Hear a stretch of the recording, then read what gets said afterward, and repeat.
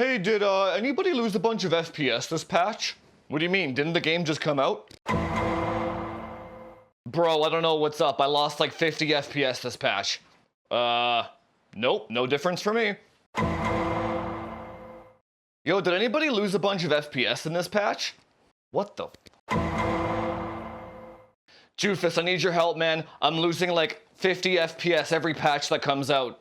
Oh yeah, for sure, man. 50 FPS every patch. Activision designed it that way. I have the fix though. $500 consult down below. I'll fix that right up for you. Only I have the secrets.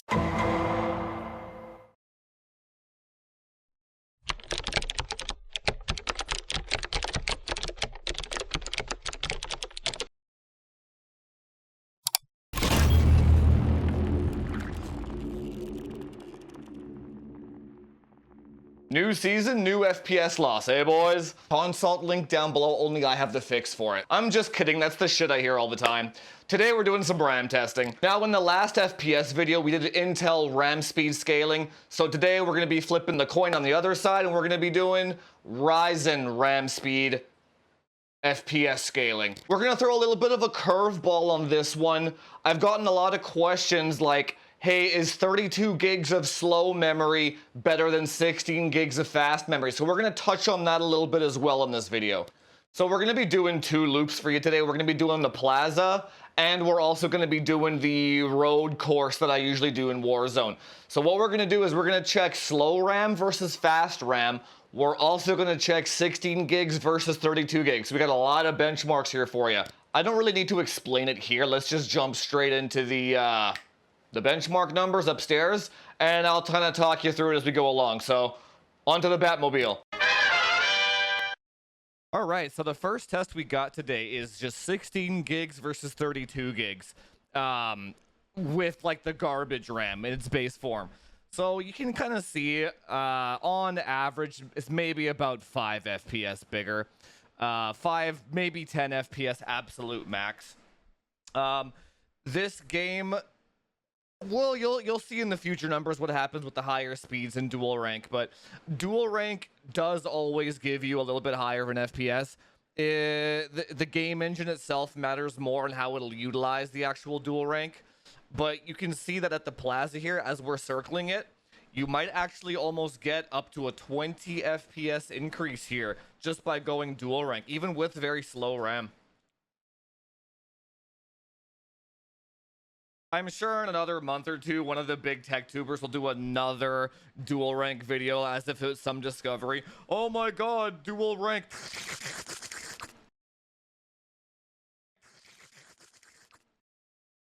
Next up, we are keeping the same configuration, but all we're doing is just tightening down the timings as if the RAM was B-die. You can't do this without B-die, but what could you do if you actually did have a 3200 megahertz B-die kit, right? You could go C14. You can buy these kits actually, right? 3200s, 14, 14, 14, 34. So if you have a kit like that, this is kind of the FPS that you can be expecting here. Maybe like, it looks like almost a 10 to 15 FPS increase, almost 20 in some areas. The biggest gain you're going to see here is at the Plaza overall and the lows, again with the lows. I don't recommend buying a 3200 C14 kit though. They don't overclock very well, and the price difference between these and like 3600 ones are just like, the price difference isn't large enough for like, or like not cheap enough for you to actually ever buy a kit like this. So don't do it, don't do it. All right, next up we are going straight to the top. 3800 C14, 16 gigs and 32 gigs. So you can already see that the FPS difference is astronomical, if that's a word you want to use for this. But in terms of single rank and dual rank here, it doesn't seem like the FPS difference is actually all that much until you get to the Plaza. So I don't really know what to extract from that. The Plaza is kind of its own animal a little bit, where like, maybe it has something to do with how fast it can load in those textures for Ryzen at the Plaza. The lows are quite a bit larger with with dual rank than they are in single rank. So if you can afford it, maybe get 4 Vipers. If you can't, then 2 Vipers is fine. All right, now let's do a side-by-side of the slowest configuration with the fastest configuration, just so you can see the FPS difference between the two side-by-side live, right? Right now we got a 30 FPS difference, but you're gonna see some spots where it's like the low of the 3200 and the high of the 3800 is almost like 50 to 60 FPS in some spots. There it is right there, 50 FPS, 60, right? It's insane. So yeah, it's wait till we get to the plaza here. Right off the bat, 50 to 60 FPS just in the first corner here. It's man, like I don't know why large tech tubers say stuff like RAM speed doesn't matter and all that shit on Reddit, and this is actually insane how the FPS difference here is actually the difference between winning and losing a tournament is that RAM speed and that tuning.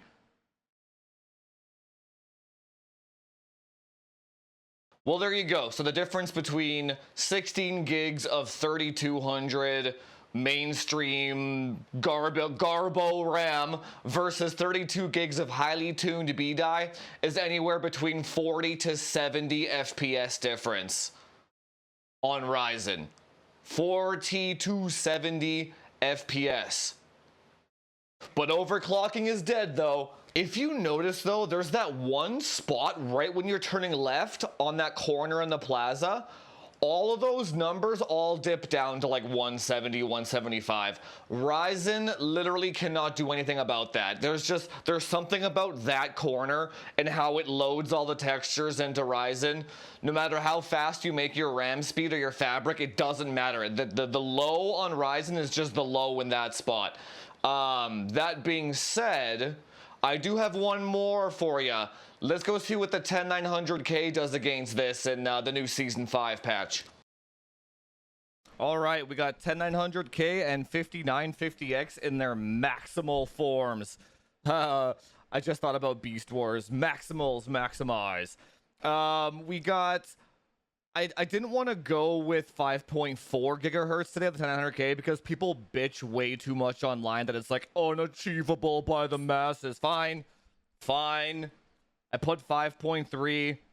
It's fine. You can do the math yourself, okay? If you're like 5.3 gigahertz is unachievable by the masses, okay? Just do the math and put 5.2 by yourself. Now pay really close attention to what happens in the FPS at the plaza. Every single corner has a different characteristic to it. Yeah, we gotta really focus on these numbers. Huh? Did you see what I see? I encourage you to rewind that over and over and over so you can pay attention to really what happens with both of these CPU architectures. I'm glad I captured that one part there. If you guys go back to the previous clip here, you'll see the 5950X has higher highs, but you'll see that 10900K has higher lows. I've been saying that for multiple seasons now, right? You know what? If you want to actually have hella high highs, get a big Navi card and get a 5950X and go to like Boneyard or like the Airstrip, and you'll have like 370 FPS. It's insane. You'll have like 140 FPS lows, but man, those highs are insane. So in terms of which one is faster, I'm going to leave that up to you. Do you care about the highs or do you care about the lows? For me personally, I'll go with the lows. 20 FPS on the lows is a little too high for me. Anyway guys, what did we learn from this video?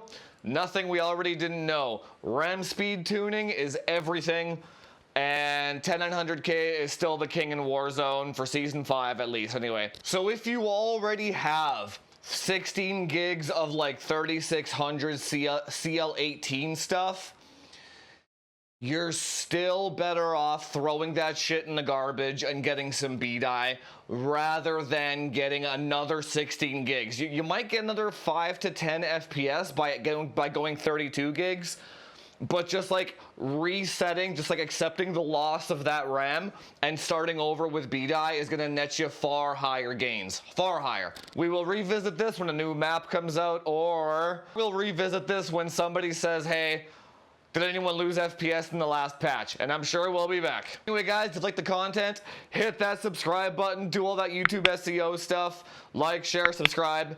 Over 70% of you that watch my channel are not subscribed. Hit that button. Let's get to 10K up in here. Anyway, guys, I'll see you in the next one. Talk to you later.